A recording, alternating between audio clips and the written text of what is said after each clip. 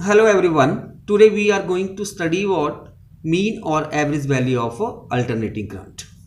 So first of all, what is alternating current? An electric current whose magnitude changes with the time and polarity reverse periodically is called alternating current. वो current जिसका magnitude change होता रहेगा with the passage of time और साथ में polarity जो है reverse करेगी पीरियोडिकली, मतलब डेफिनेट पीरियड के बाद वो रिवर्स करती है। तो इस तरह से जो करंट बनता है उसको बोलते हैं हम अल्टरनेटिंग करंट। तो आप यहाँ पे डायग्राम में देख सकते हो। तो जो अल्टरनेटिंग करंट है उसको हम साइन वेव के साथ रिप्रेजेंट करते हैं। अभी अलोंग दिस डायरेक्शन, मतलब एक्स एक्सिस मैंने ले लिया टाइम और जो वाई एक्सिस मैंने करंट ले लिया। करंट का पहले जो पॉजिटिव हाफ आएगा और इस तरह से फिर नेगेटिव, फिर पॉजिटिव और फिर नेगेटिव। मीन्स यहाँ पे जो करंट जो यहाँ से इंक्रीज करना स्टार्ट करते हैं with the passage of times, यहाँ पे इसकी मैक्सिमम वैल्यू होगी करंट की, फिर डिक्रीज, फिर आपके पास जीरो आ जाएगा। तो ये पॉजिटिव हाफ हो गया। फिर नेगेटिव के लिए इस तरह से करंट जो है और फिर पॉजिटिव फिर नेगेटिव। सो इस तरह से हमारे पास एक पूरा कंप्लीट साइकिल कवर करने के लिए मान लो हमारे पास टाइम टी लगता है, तो हमारे पास यहाँ पे हो जाएगा टी हाफ, यहाँ पे जो टाइम की वैल्यू आ जाएगी T/4 और इधर यहाँ पे जो वैल्यू होगी 3T/4।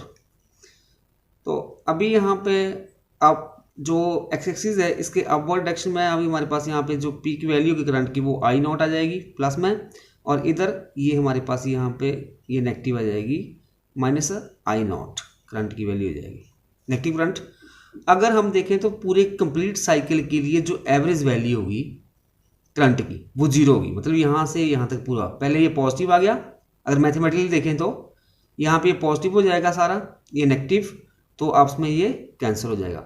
जब भी हम मीन और एवरेज वैल्यू निकालते हैं अल्टरनेटिव करंट की, तो उसके लिए हम फर्स्ट हाफ लेते हैं, ठीक है।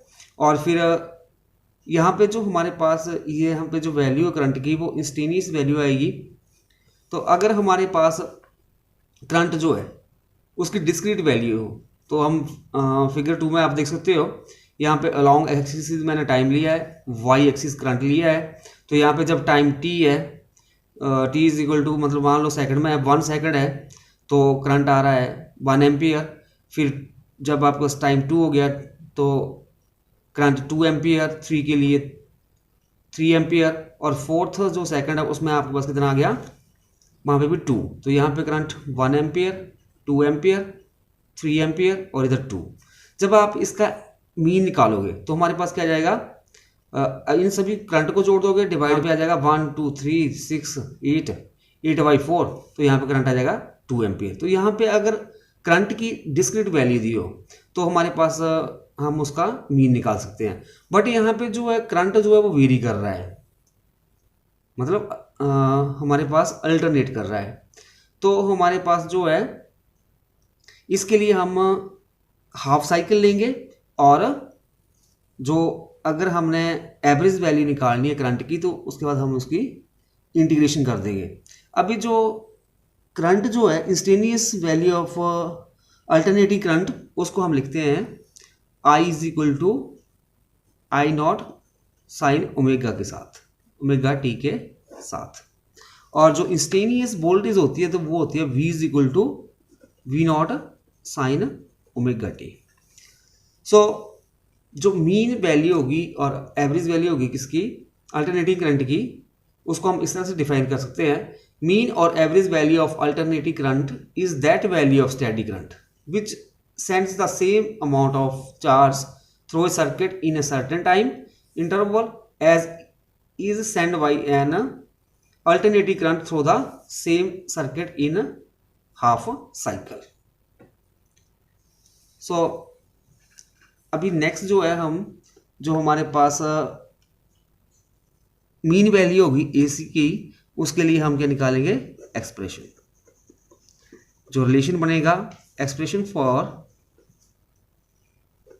mean value of AC. We know that alternating current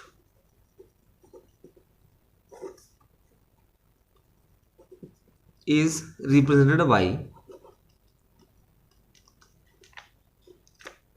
जो अल्टरनेटिव करंट के लिए हमारे पास इक्वेशन होती है वो होती है I is equal to I not sine of omega t. The charge sent by the AC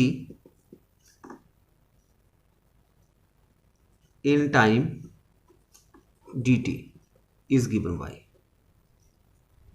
अगर हमारे पास अल्टरनेटिव करंट जो है उसके लिए इक्वेशन हमने लिखी I is equal to I not sine omega t, तो जो चार्ज सेंड करेगा AC इन टाइम dt वो हमारे पास क्या हो जाएगा, क्योंकि हम जानते हैं करंट होता है चार्ज अपॉन टाइम, तो चार्ज हो जाएगा करंट इनटू टाइम। तो यहाँ पे चार्ज जो है हमने ले लिया d q, this is equal to i d t, और this is equal to current किसके बराबर है i not sine of omega t d t. तो डी क्यू किसके बराबर आ गया i not sine of omega t d t. This is equation number 1। जो ये फर्स्ट हाफ साइकिल है इसमें जो चार्ज सेंड होगा इसी के द्वारा, जो ये फर्स्ट हाफ साइकिल है, और टाइम क्या जाएगा हमारे यहाँ पे t is equal to 0 to t by 2 is given by, therefore the charge send by AC in first half cycle that is when t is equal to 0 to t is equal to t half is given by integral of dq is equal to integral of 0 to t by 2 I not sine of omega t d t, और q is equal to, अभी आई not बाहर निकल जाएगा integration से, 0 to t by 2 sine of omega t d t. अभी हमारे पास जो इंटीग्रेशन होती है, integration of sine theta d theta, this is equal to क्या होता है कॉस थीटा के बराबर minus cos theta. So this becomes I not, इसकी कॉस ओमेगा टी हो जाएगी, साइन ओमेगा टी की इंटीग्रेशन, तो बन जाएगा minus cos omega t over, further नीचे डेरिवेटिव होगा किसका d y d x of omega t का,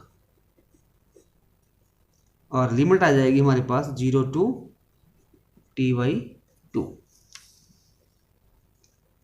और this is equal to, minus को बाहर निकालेंगे, माइनस आई नॉट ओमेगा, क्योंकि इसकी जो डिफरेंशिएशन होगी मतलब derivative of D over D x of omega T किसका आ जाएगा ओमेगा के बराबर। सो यहाँ से हम ओमेगा बाहर निकालेंगे तो अंदर बच जाएगा cos omega t 0 to t by 2, और दिस इज इक्वल टू, अभी जो हमारे पास ओमेगा होता है, ओमेगा इज इक्वल टू